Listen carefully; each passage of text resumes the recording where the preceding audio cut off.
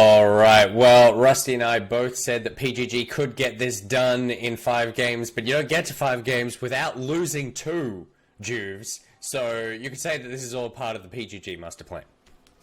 Yeah, PGG master plan, but that game was a pretty well played game from the Chiefs. We actually saw them go back to what they generally do is play topside. They had Tien on some sort of like bruiser carry-esque champion. Trinity Force Builder. And Croc was on that Nidalee, which is a very heavy, like, tempo-based jungler. And the one thing Nidalee does really well is it rewards good pathing. If your pathing is better than the person you're versing, you're going to be very far ahead and in good stead to carry the game. Now, I would say, from what we've seen from Pabu transitioning into the jungle, pathing hasn't been his strong point. He's been able to, like, relieve lanes. He's been able to assist his lanes and get leads and play team fights very well. Mm-hmm. But in terms of jungle camps and just being a tad behind, it's not been his strength. And he hates banning Nidalee because he thinks Nidalee is a placebo champ, where like it's just perceived that the Nidalee is doing something, or like, Nidalee's up 2 kills and a level, and it's like, okay, that's just it doesn't mean anything. But I would have to say Pentanet now are on like a 3-loss skid or in the playoffs or something like that, and every single game it's been to a Nidalee, and the Nidalee has outclassed them in almost every single game. So I would actually be taking a hard look in the mirror and starting to think about whether it's ego drafting or you genuinely think it's placebo champ. At a certain point, it is just an issue, right? There's only one consistent factor between multiple best of fives Jews, and it just happens to be a single champion that placebo has beaten them constantly. So it is something that you have to look at, right? And in this game, when we actually look at the drafts, the way that the Lilia wanted to play was Raptors to Raptors, the LCK clear that we were talking about, Jews. But from that point, even with Nidalee showing in bot lane for this level 2 flash engage from the Braum that kind of affected that bottom lane in a pretty bad way, there was still an advantage given to that Nidalee in the end. Still got the ganks off faster, was stealing the enemy blue buff, and just consistently found those advantages in camp clears. And Lilia got executed to a jungle camp. So I'm noting a small difference here between champions on the Rift and what they're actually able to provide. And Lilia is not the easiest champion to play, right? Has a very unique playstyle, has a pretty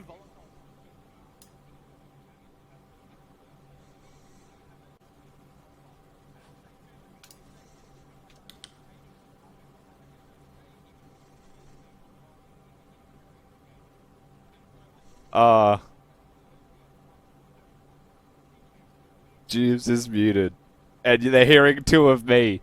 So Good. Jeeves, you tell me what you want.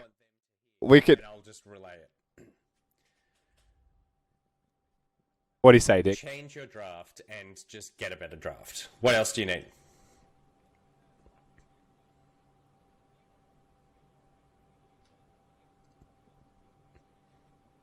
Pabu needs to let go of the placebo effect of something about Nidalee, and then he also needs to do something in the jungle. Yep. That's basically it. Yeah. Juves told me to tell you that the draft needs some work. Is the TLDR of that one? Well, look, if I'm watching this broadcast, the draft is not the only thing that needs some work right now. But obviously, we're talking a lot about PGG. Chiefs, this is what you want, right? Like, this is Chiefs coming out, making a declarative statement. Like, we're going to get this done, and we want to get this done fast as well. Yeah, absolutely. I'm assuming that everyone can still hear me fine. Rusty, I'm addressing all questions to you because I think you're the only one who actually has a microphone right now. So okay, sure. Carry the show. There's 2 of me. You guys are stuck with more of me than you want. Yeah, look, Chiefs on the back of a playoffs victory here as well against the Direwolves 3-1. You come into your next best of 5, and there was a week between, so you don't want to say this is like a strict momentum advantage or anything of the likes, right? But the way that the Chiefs have been playing recently seems so much more like the Chiefs that we were seeing dominant in Split 1 regular season. And whatever that reinvention was, a lot of it does seem to be working around Croc. There's a lot of reinvigoration there that I think PGG will struggle to actually deal with. And both times when PGG have taken out the Chiefs, Nick, it was through a more slow advantage built through the jungle role. So I do agree with everything Juves has told us to tell you, in that the jungle position should be looked at draft-wise. I just want to let you know I've completely checked out of this post-game chat, and I, like Jews, are now figuring out ways in which to write funny Is he even messages more to quiet chat. for these guys? Like, I don't know what's going on. I can't even hear you. Which microphone are you on? Cut to... All right, we're Anyone? going to throw over to the shoutcasters because we've lost these two. So take it away, Sport and Skimmy. Please save us.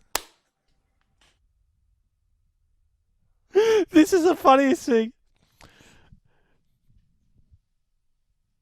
Do you know the funniest thing is, like, for the last 5 minutes, and now Skimmy's muted, so who cares about Skimmy? For the last 5 My minutes, things are not muted, but okay. the producers have been like, hey, guys, you can throw whatever you want to throw. Like, oh, your microphones are broken, throw. Like, throw early. And then the actual producer just comes in and goes, throw to the shoutcasters. It's like, okay, yeah, absolutely. Yeah. Oh, this is You know, great. what I tend to do, the game finishes, I'm like, well, the voice feels a little bit croaky. Go to make some tea. I go to do that, come back instantly, like spam ping, like get on. You got to talk. People don't know how to use microphones. It's all scuffed. It's all gone downhill. I'm like, okay, well, here we are. So what are those situations there, Spawn? One that we weren't prepared for, but we'll do our best with nonetheless. And I think Rusty really raises a good point. The fact that Croc's in such fine form right now, kind of really made a name for himself when Split 1 to showcase why he got that reward and that mention. And, you know, you're always terrified of a team that can play in this form or find at the right time. I mean, you were a big advocate of sort of welcoming me to this idea that Order have this playoff buff, which I've witnessed, you know, across this entire year now. But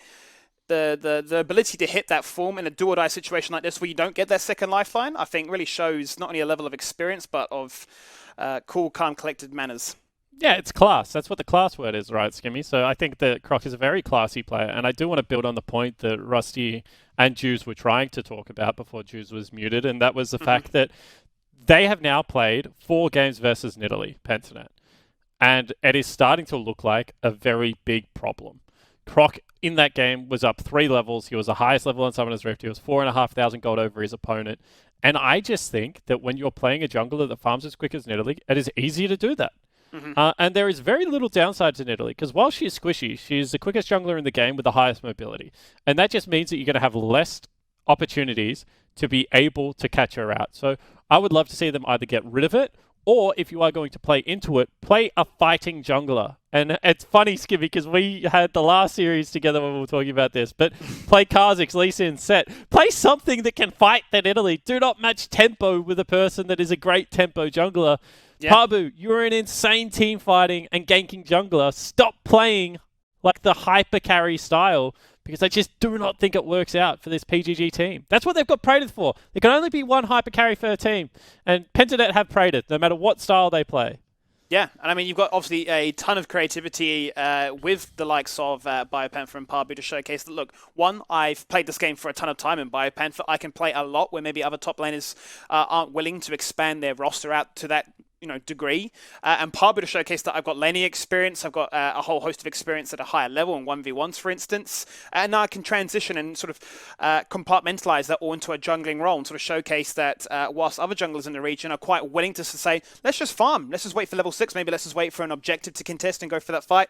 Pabu sort of showcased when he came in, as you say, with the set, for instance, that level 2, level 3, we're going for a fight, we're diving, we're punishing, we're saying, you've got no flash, that's an area of the map that I want to attack. And I take that into consideration, but then I also have to sort of draw it back to what you mentioned before as to this Nidalee point, but then look at the draft and say, every single game that Pentanet have now played in these playoffs, they've banned away this Olaf, and what do you personally think of that?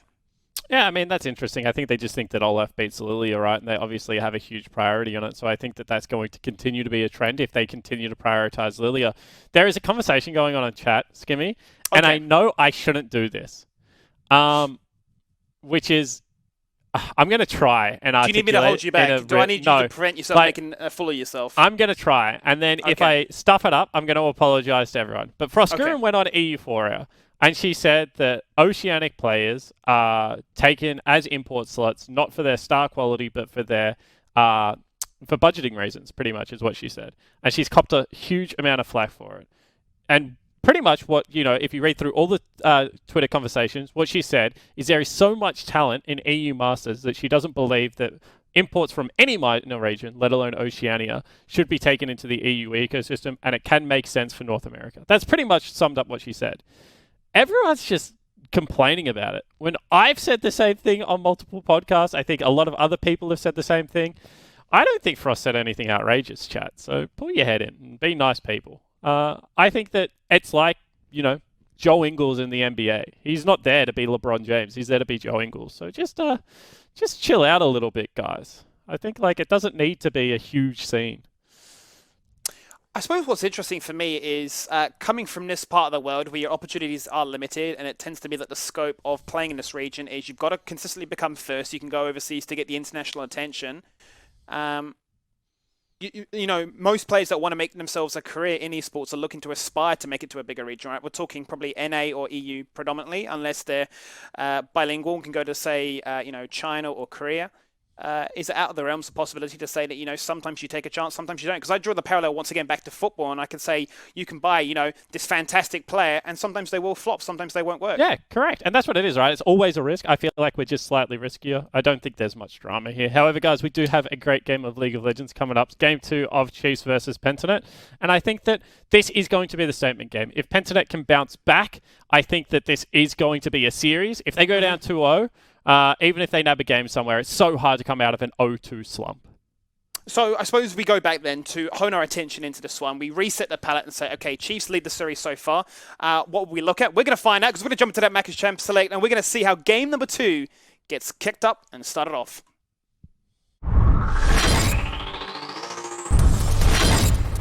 The pressure is on, they know it, we know it, and everybody at home is knowing it right now. It's Draku just jumps on in, a three-man face break, and I can't do much about that.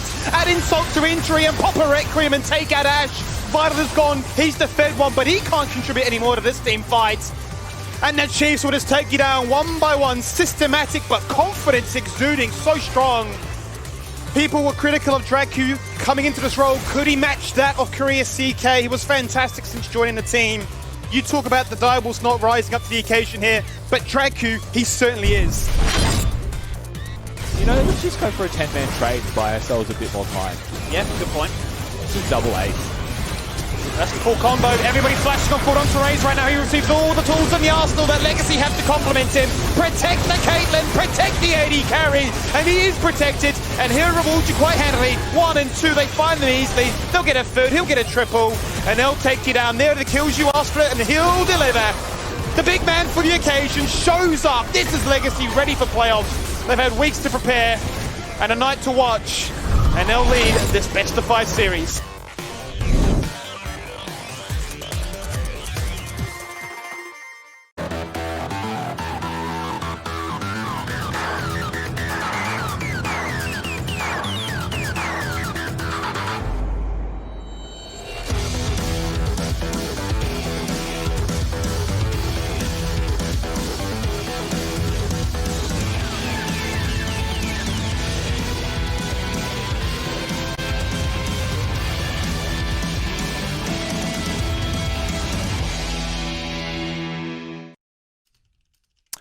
Welcome back. Long time no see. We're going to jump into game number 2, and I'm going to bring up that point once again here, Spawn. We look at the draft. We see Pentanet once again go for blue side, and it begs the question, what will they be wanting to change? And you mentioned it, you'd like to see the Nidalee removed, and that is the direction they're going to go.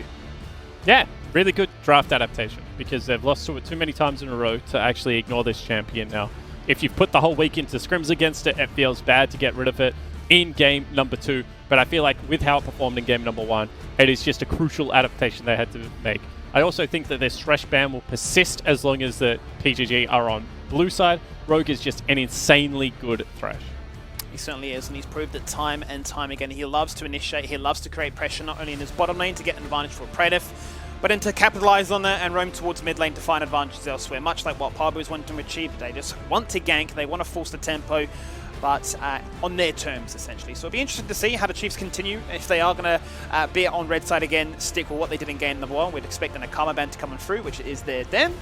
And the Yuumi, once upon a time, was the go-to, was what Draku kind of made himself a name on when he moved into the supporting role. And in patches gone by, it's definitely a pick to now consider again.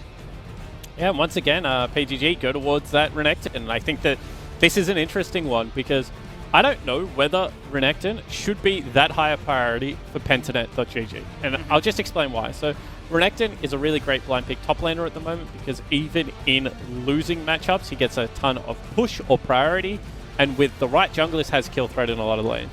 In mid lane, it's the exact same thing, but it's more around, his push, then his point and click stun to be able to access other areas of the map, particularly enemy jungle. PGG aren't playing either of those styles, Skimmy. Like, why do you need either of those those styles right now if you're PGG? You're playing scaling teamfight. Renekton's a crap scaling team fighter. Like, that is interesting, because I mean that's one of the first things I learned right when I moved into League was like you're either playing early game and you're taking risk and you're trying to force advantages, or you're just going to sort of say, hey, let's just farm till 20 minutes and see what happens. And sometimes you can definitely get ahead, or sometimes you can sort of showcase that you still have relevance with your maybe itemization, be it Blade of the Ruin King for split push or Black Cleaver for empowerment of a champion like that in Aphelios. But be interesting to see what this priority actually nets them. Yeah, it certainly is, and this is why I really don't like the Renekton, because I feel like if they took Ashe plus aggressive support, they're guaranteed to win bottom lane. But they've already failed on one Ashe counter, and now their second Ashe counter that we're going to see is Aphelios, which isn't actually an Ashe counter. It's just like a neutral lane, like slightly Ashe favored and really great scaling for the Aphelios. So I feel like, and Azir is the exact same thing. It's like, it's good push, sure, but it is not necessarily a winning lane, and it is just insane scaling. So now the Renekton, it just looks like a pick away. Like, it's making less and less sense. And if you're going to play Azir in the mid lane, then Renekton is just straight up a bad champion to first pick, because, if Claire takes Renekton into Azir, you actually win that matchup. Whereas now that you blind pick it, you get counter-picked. And I think that this series, just based off this pick ban, if Pentanet make one mistake in the early game, this is going to be really tough. I'm worried for a few reasons. As you say already, the Renekton for the early game, but then you've got the Aphelios that Predator wants to really invest into. He wants to be very risk-adverse, avoid those fights. If we are going to see an 8-minute lane flip, he just wants to continue to siege, push, and hope that he gets the chakrams for all those plates to go his way. Obviously, Azir wants to hit that 2-item spike too. But on the flip side of that, with Croc in this form, this will be his first of a Lilia game. He's going to say, I will have tempo. If you ban my Nidalee, I'm going to steal this one away from you. And then we've seen what Tien can do on this Akali. So I'm worried. They've got engagement, they've got damage. Yep, they certainly do. And we'll see what they round out the composition with. Very interesting that they're dropping Dragku consistently in this pick ban as well, Skimmy. I haven't seen Dragku get all that much priority in drafts, and grade 5 is definitely the highest priority that you can give someone in a draft. It means you get to counter composition and counter your direct lane opponent, like with the one pick. So we'll continue to kind of scout whether this is going to be something that continues to happen. I would expect Tien or Claire to take their champion out of this, just given the fact both solos are seen so far. And I am curious what it will be. Whether it will just be the Volibear again, because it didn't look bad game 1. Certainly didn't. It put in a ton of work, and one they'll be hoping that they have some engagement with. Set's still available. We know that Dragku loves to go for it. No doubt will be quite keen for it. We have seen a mid-set from Claire as well, so it's not out of the realm of possibilities, especially when you've still got Lux available with Morgana denied away, as well as the Lulu that Rogue has played once, and it was with the Aphelios. So just making sure that Pentanet are still playing the guessing game in this draft. And they've given over the Lux, so I wonder if they do have a Lux counter pick here, whether it is going to be something like a Blitzcrank that they can run in the bottom lane to have some pressure, because you ban away double enchanters and leave the strongest enchanter up on the patch. That to me sounds like you have a niche counter pick that you want to play, and it looks like Pentanet also read that, Skimmy, so they just don't touch it at all. They say, you know what, we'll just play full front line. This is a full front to back comp. What does Parbu play? I'm sure he would have loved Set in a composition like this. Potentially is going to be the Lee Sin picked up instead. I would... Evelyn! Okay, we have not seen Evelyn in such a long time. The only time I've seen it this year was played actually by Udisoft in OCS. He had 2 games and he smashed those 2 games out. We'll get to see what the Evelyn looks like in Parbu's hand. A man that sort of really made himself at home in this jungle role and a showcase that, forget about the meta, I'll do what I like. Forget about that for 2 seconds, because that is the last pick. Graves coming on through. Interesting. Top lane Lilia into Renekton. I understand in theory you're trying to kite the Renekton, but is this not very item dependent? I'm so excited to see what happens here. Huh. What are you thinking? What are you conjuring up in that head of yours there, Spawn? What do we think about this one? I just think Lilia can get one hit in the Renekton empowered stun, so I don't necessarily love the pick. However, Croc has just been given like all of the draft resources in the world. What I thought we were going to see is like top lane Akali, mid lane Set, once again counterpick the Dragku, and just run the bad jungle matchup. But they've swapped around their whole draft to kind of give winning mid bot and jungle, but I feel like Thien should lose this lane quite hard. I do not know how this could be a winning lane.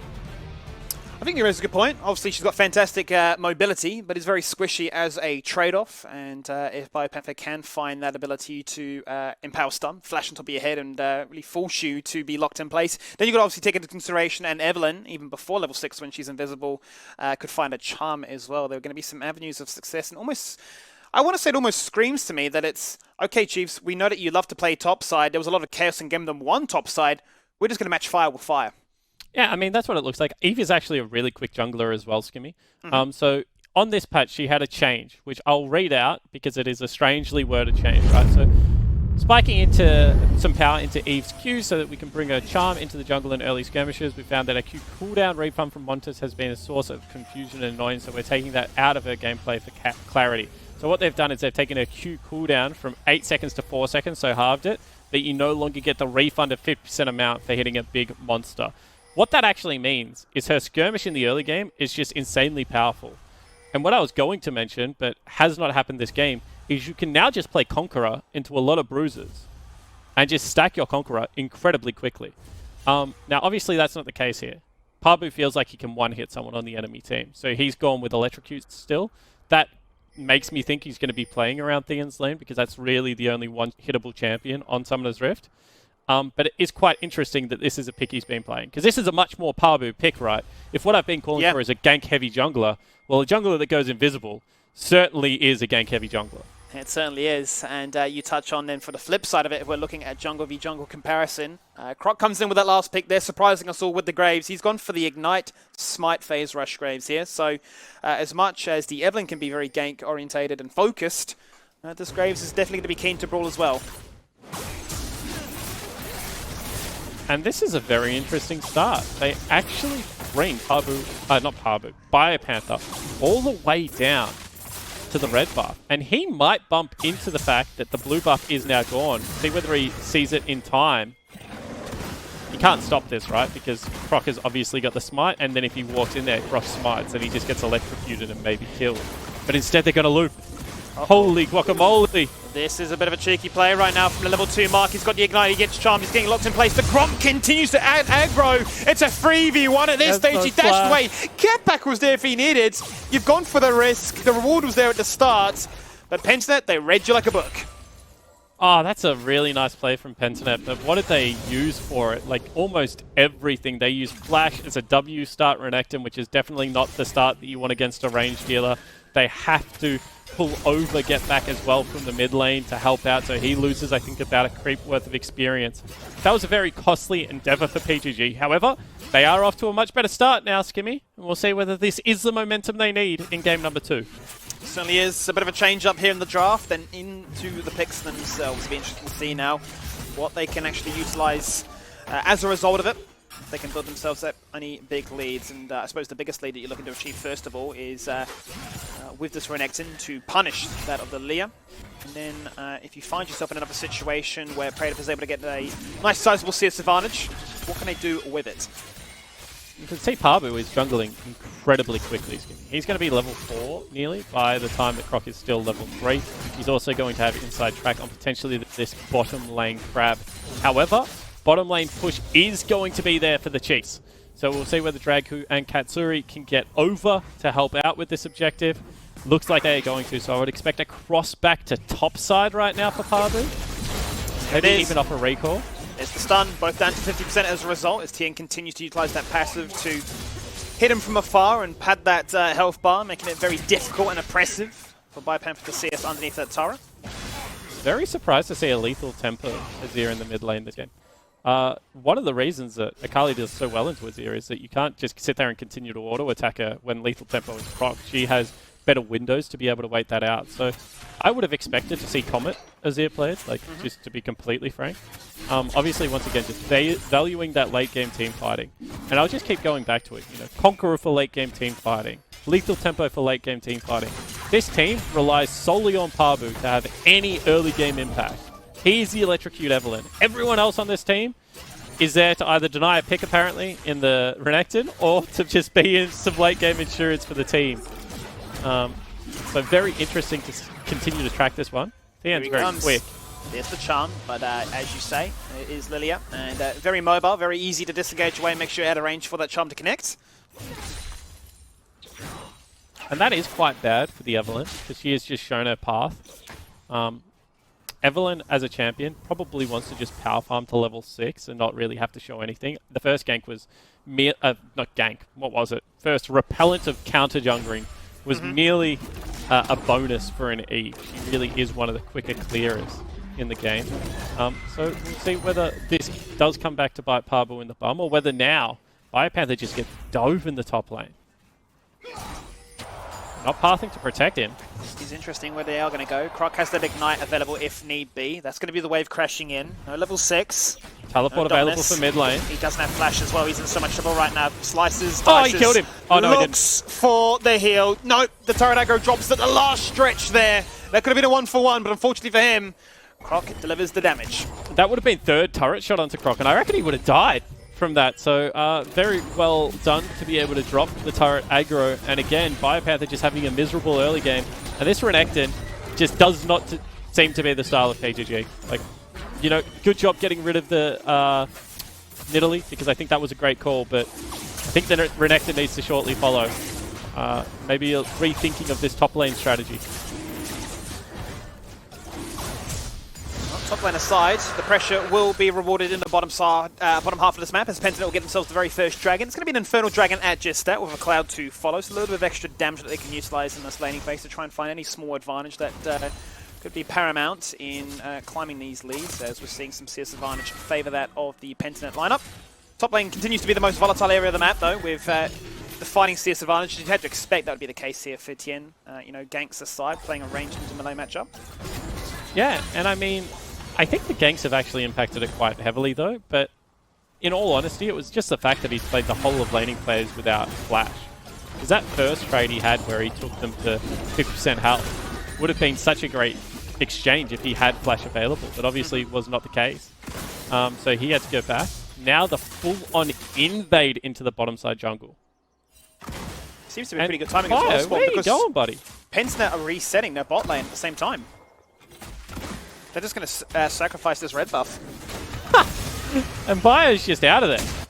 Bio said, you know what, you can freeze top lane. That is no skin off my nose because I am out. Pre-level 6 lane swap for the top laner. If he gets dove here, it's game over. Like, Biopanther will not be a champion. That's interesting, because you know that a Renekton wants to go for those 1v1s. You know that he wants to sort of find that strength in the early game, and from what I've observed, you know, when you're going for that 2v1, you're saying, well, I'm going to have to put myself further and further behind the result, and I'm sure that Tien's going to be very happy with how this is played out. Yep, you would have to assume that's going to be the case. I wonder if they fast push here. They certainly are. They've just taken out the creep, so they're looking for maybe some turret plates. Red and white gun on the switch. Yeah, that's what you love to see.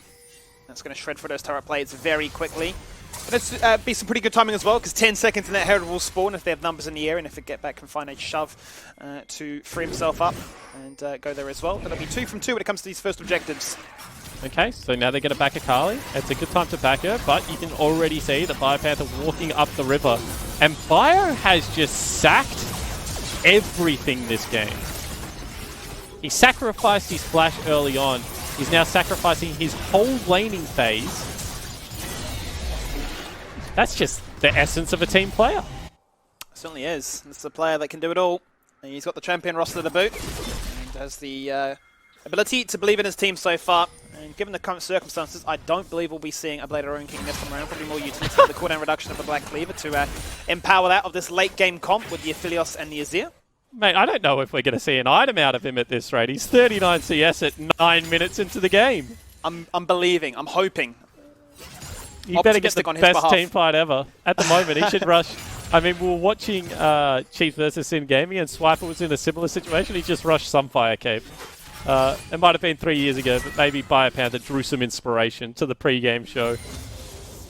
The pre-game show can always be a bit of a curse, sort of seeing what history shows and if it will be repeated. It's a little bit creative right now. You can see that Croc is in that top side of the lane. Gonna go for a reset though. Had the ignite, so always threatening kill pressure.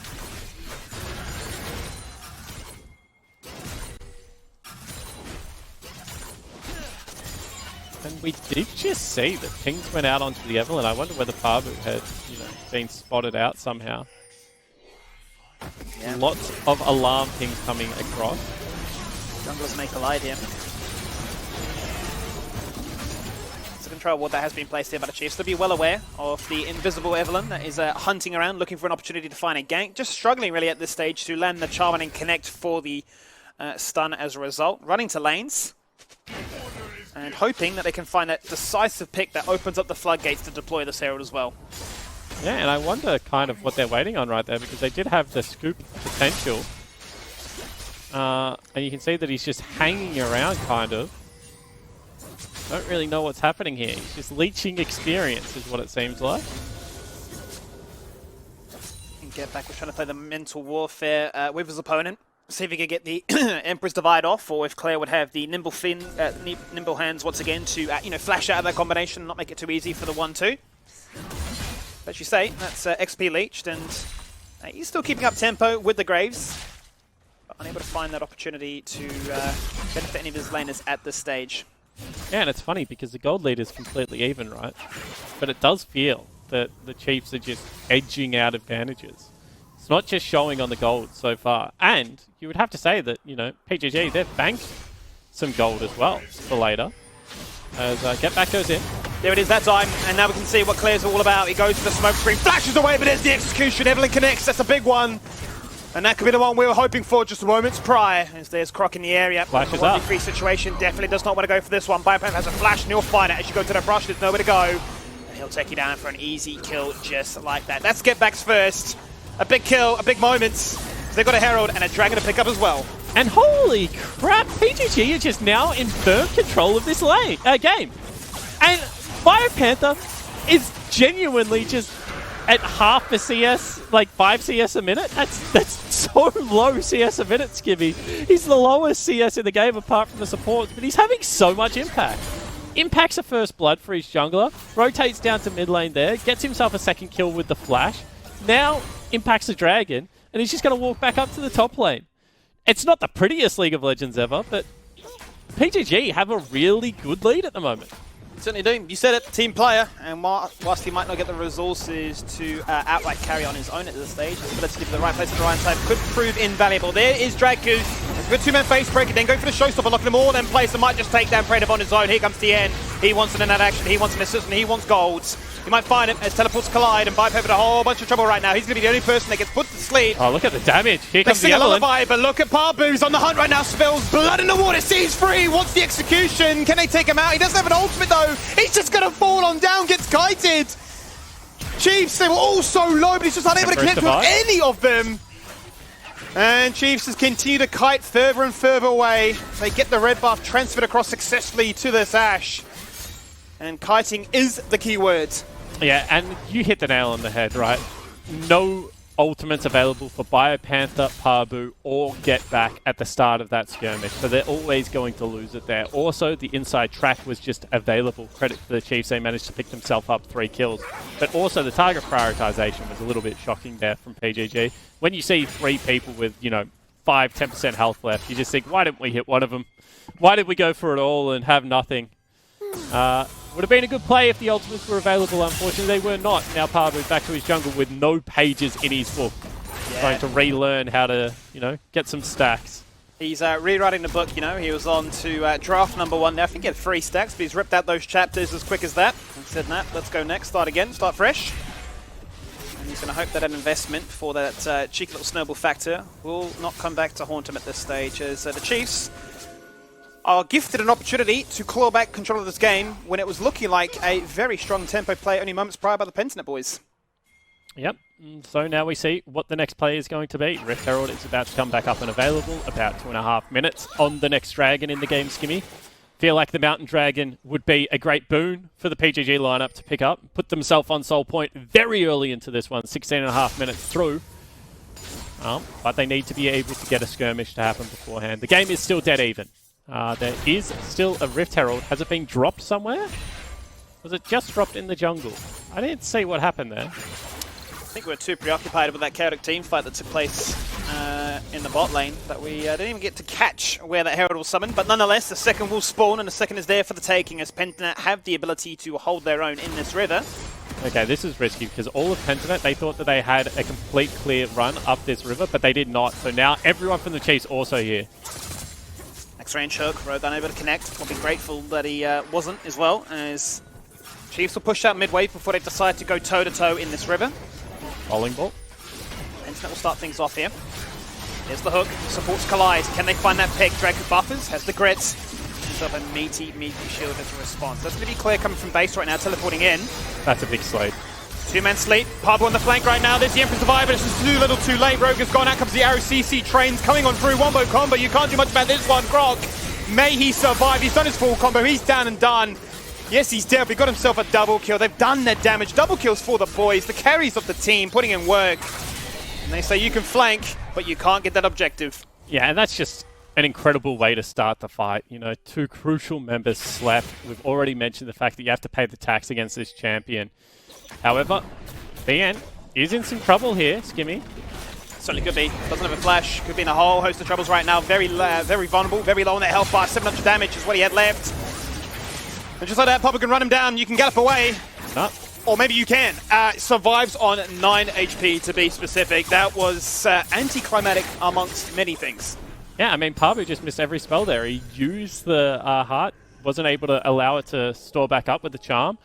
Then he misses the initial hate spike. He does get 2 of the return ones, but it didn't look like the third proc, so just too much missing from Parbu for him to be able to pick up that kill. Very unfortunate there. I'm sure that's probably playing havoc on his mental, because 6 stacks, he managed to achieve so much to come back into the situation, having lost them moments prior, but that was a kill for the take, you'd have to say, and maybe a bit of an insight into the mental, that these teams are starting to feel the pressure.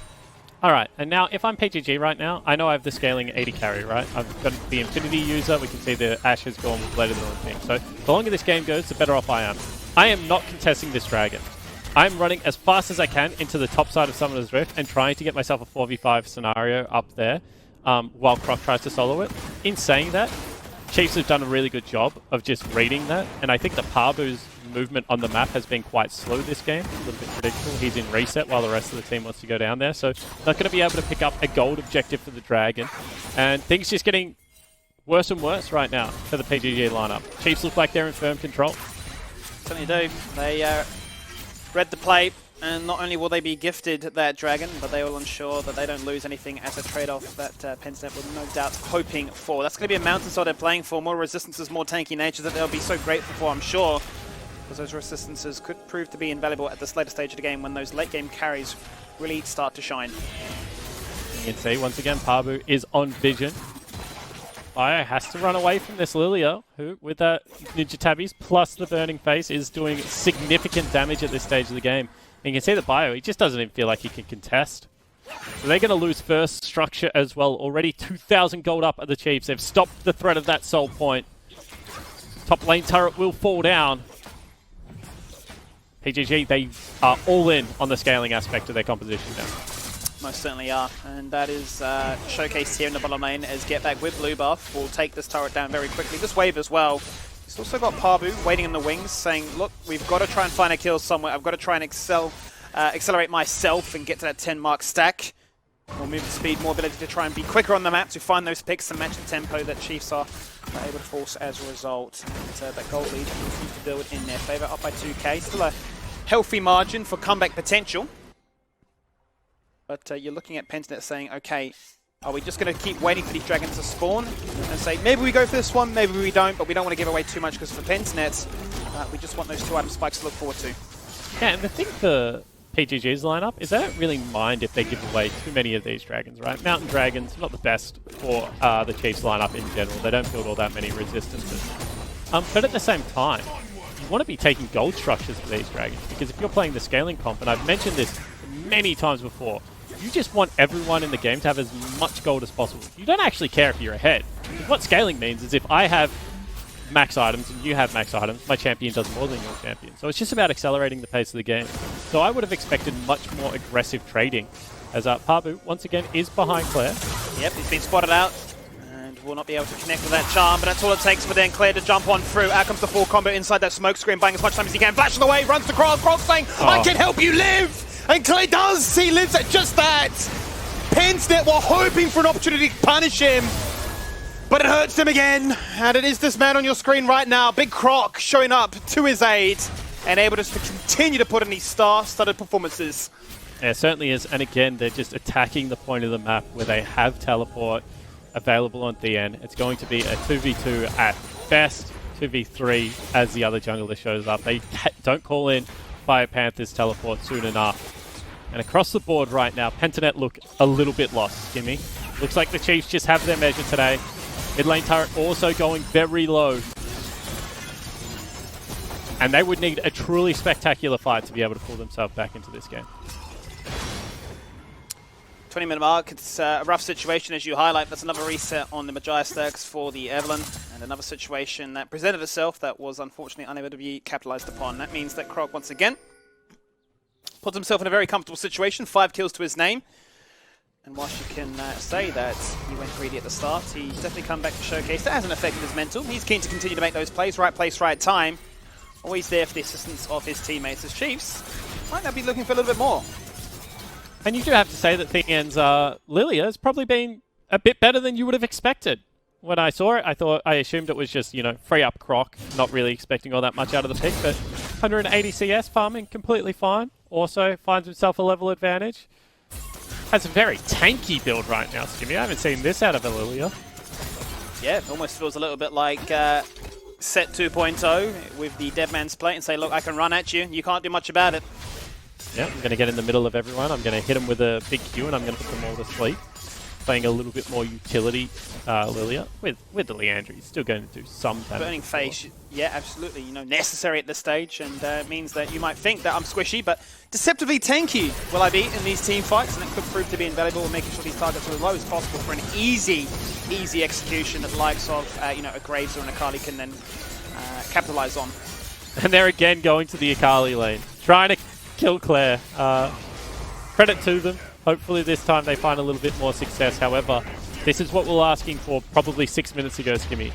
Heavily trading away from that dragon side of the map. Claire goes for it. Goes for it. Says Pabu, why are you coming to my lane again? Do you know what the definition of insanity is? Doing the same thing over and over again and hoping for a different outcome. Claire just punishes, he showcases that he has experience and he knows what he's doing in this mid lane role. He just picks up a double kill, says, why on earth do you continue to gank me? Thank you so much. There's a Baron for the spawn. There's a Baron for us to take. This is a rough game to watch, Skimmy. Like, there's just no other way to put it. It is a complete outclass right now from the Chiefs Esports Club. Once again, they're only going to be about 4,000 gold up, but they've got themselves another 20-minute Baron. And Claire is really starting to feel it on the Akali. And when Claire feels it, that means it's probably going to be close to game over. Mid lane turret also going to fall down. PGG, they do the right thing. They still get themselves an objective.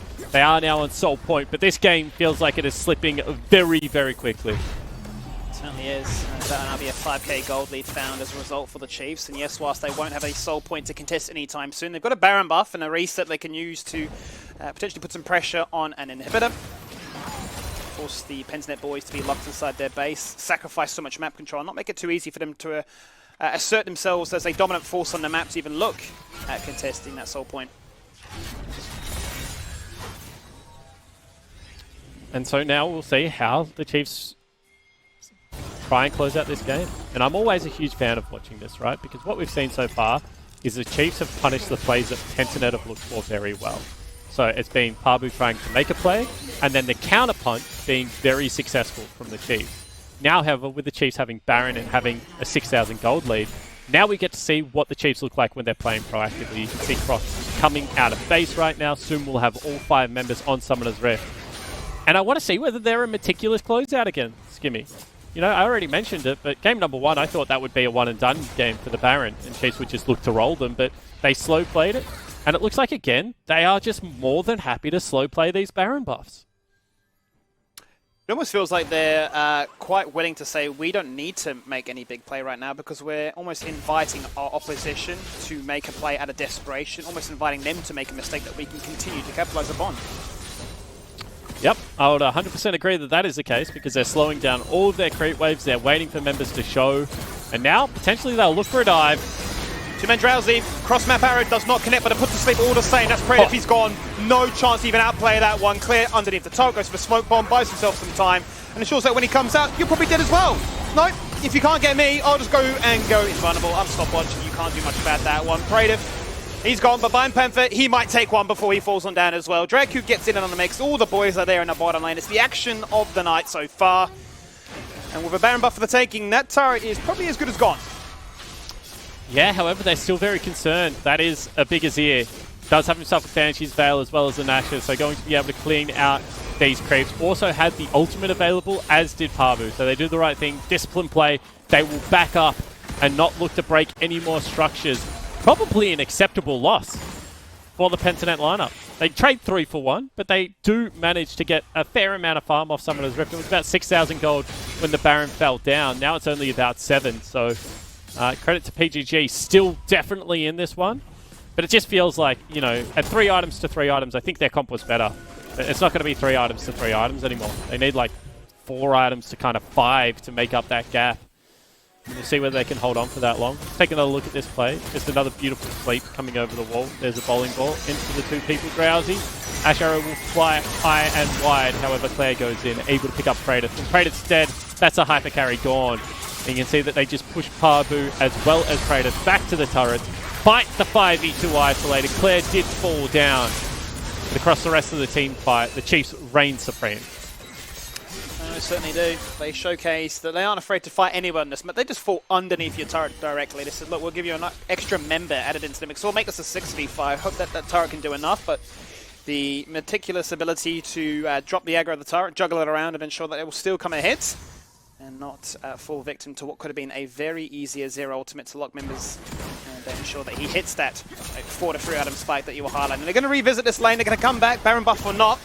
They continue the work they started on. There's a teleport now because Pentanet looking to make a cross-map play. Can Viper stop it down? He can. He hits the stun. Top lane turret will fall as a result. Maybe Pentanet got an invitation. It's a max range hook. Rogue smurfing. Now he gets for a 2-man ultimate. Can he lock these people in place? You can't go anywhere this time, Claire. You got no flash. You got no Zonyas, and you're the first casualty of war. Now Croc disengaging, hoping for the best. Oh, the hook doesn't connect the second time.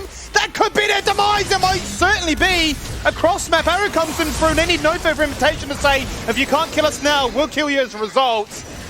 The stun, the CC, you put to sleep, you're crying yourself to sleep at just that. Because that was probably the best fight they found all game. Yeah, it's a 1-for-1. And on the top side of the map, Praetor's still just pushing. So, I mean, that is definitely the best case scenario for PGG. Praetor now should be a monster. He's going to get himself 2 uncontested turrets, as well as so much farm. 285 CS, and this is what Praetor can do. If you ignore him for long enough, his CS numbers start to explode. You can see he's 40 CS up over the Ashe, going to go back, going to be the 3-item Aphelios. And the 200 years are probably still about 50 years away, Skibby, but he still has a lot of experience on his side. Certainly does. Double advantage, and you'd be hoping to see that item of the Zeal be evolved and become something pretty juicy at this stage. Does mean, though, they're unable to contest that Dragon. Okay. Still needing a little bit of catch-up time towards that, but they've opened up that win condition now to potentially do a bit of a dance around this Baron up in 30 seconds. And no Zeal item completed, Skimmy.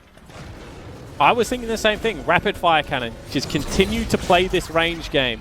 If you're Praetor right now, Rapid Fire Cannon plus level 16 Azir ultimate, which is so wide, about to come up and available. But does not decide that that is what he needs. Decides he needs a Death's Dance, needs to be able to survive these divers. I respect it. I think that we're going to see him go turret mode and try and blow everyone up. And at the same time, that's a 3-item Azir. The carries of PGG have farmed very well. This is Croc against kind of get back Praetor territory right now. Obviously, Lilia going to have very good utility as well at this stage of the game, Skimmy, but I do feel like that there is a chance right now for PGG. Certainly is, if the right weapon setup is found for the Aphelios as well, between himself and Niazir. They have tons of range. That is very unfortunate there. Claire not going to have a Zonias now. It proved to be invaluable in that bot dive before with the Baron buff. And could now be his own demise going into what is the second Baron buff of the game. And they're just going to start it up. And I feel like this could be the fight. However, it goes down so quickly. So if you don't get there in a little bit of a hurry, it's just going to be gone before it even started. Pabu has flash, can look to try and jump into the pit right now. On a flank, Arrow has been spotted misses. out by that ward though, as you say. Arrow gone. The Baron continues to be there. Out comes the depth charge, locking in members in place. It's going to be Tien that won't really feel the pressure of it. However, back going to turn mid around for now with the Fraser. bowling ball. Puts him to sleep, looking for the connect. Go for the Emperor's Divide, disengaging away. There comes Dragu! Three-man slam dunk, then disengages away to safety. Now Claire, with his Zonias or not, can he find kills? He'll find one. Goodbye to Aphelios, goodbye to Nautilus, goodbye to the Pentanet bot lane. Forget about the Baron buff, we just want you to come in to fight us. We want your respawn times to be that long that we can look for a potential end at the 30-minute mark.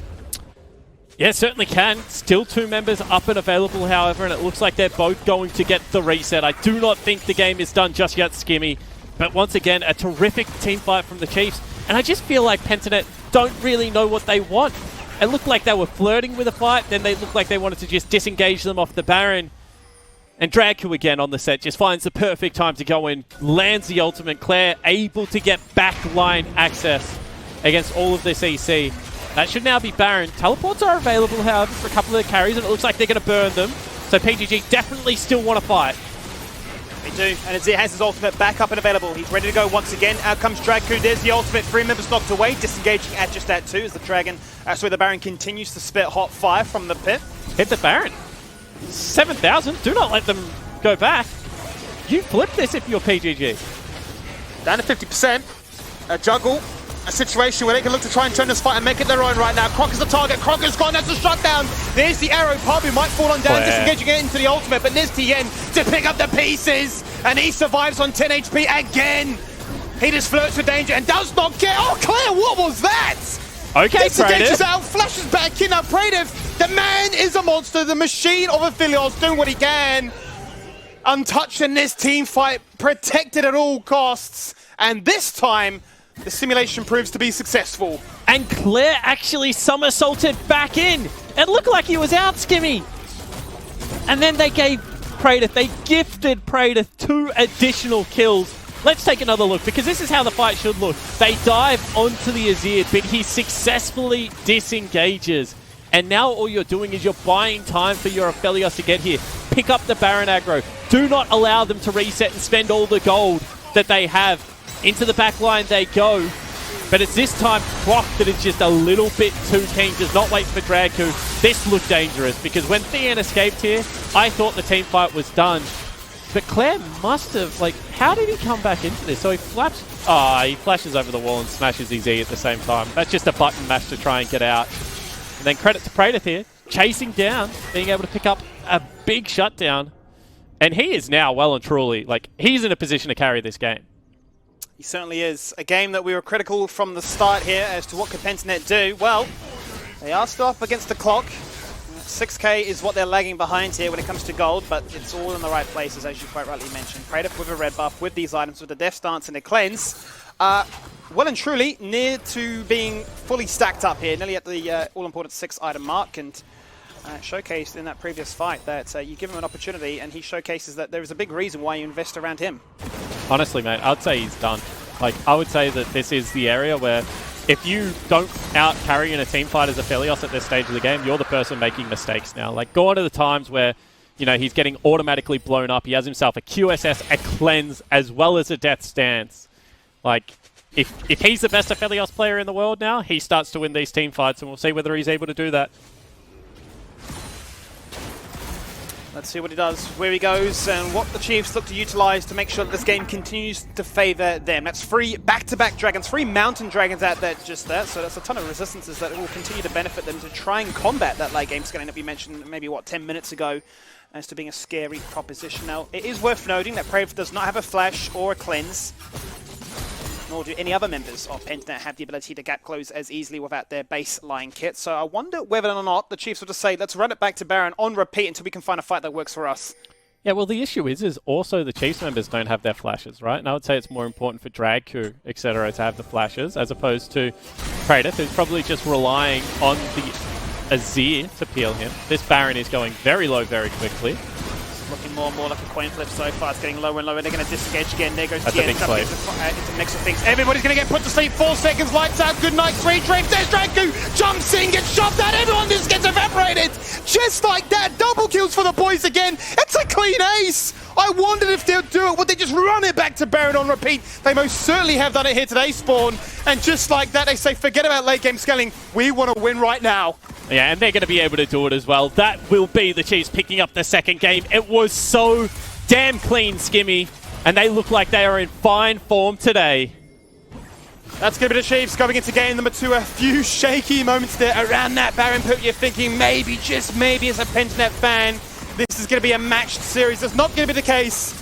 The Chiefs want to fight, summoners or not. They want to showcase what their aggression is all about, and the carries managed to do the job when it was required. And 35 minutes in, the Chiefs will lead this best-of-5 series. That game a little bit more contested, Skimmy. A little bit more back and forth. You can see the carries of Pentanet starting to get into it, but it feels like the Chiefs very much in control for the majority of that.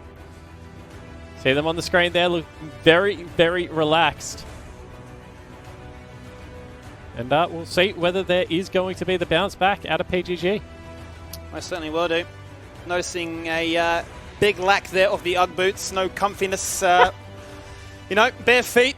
Maybe a little bit TOS there, as we'll get to see what they can look to try and do in this series. They lead at 2-0 so far. It's a crazy one at just that. They sit themselves in a match point with a lot of daylight separating themselves between their opposition as well. So plenty of opportunities for them to showcase that. Pressure's really on now for Pentanet to once again reinvent the draft and say, okay, we took away the Nidalee. What else do we need to now remove? We're going to find out as we jump to game number 3. We're going to take a quick break before that, so don't go anywhere.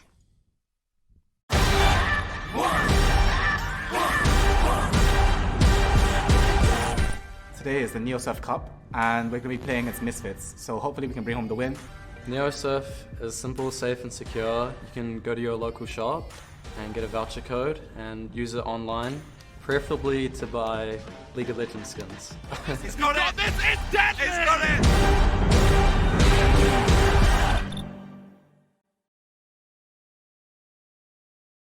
If you're craving the taste of your favourites, head to Macca's for a fast, safe and contactless drive-through experience. For your Macca's run, contact-free, we'll be here.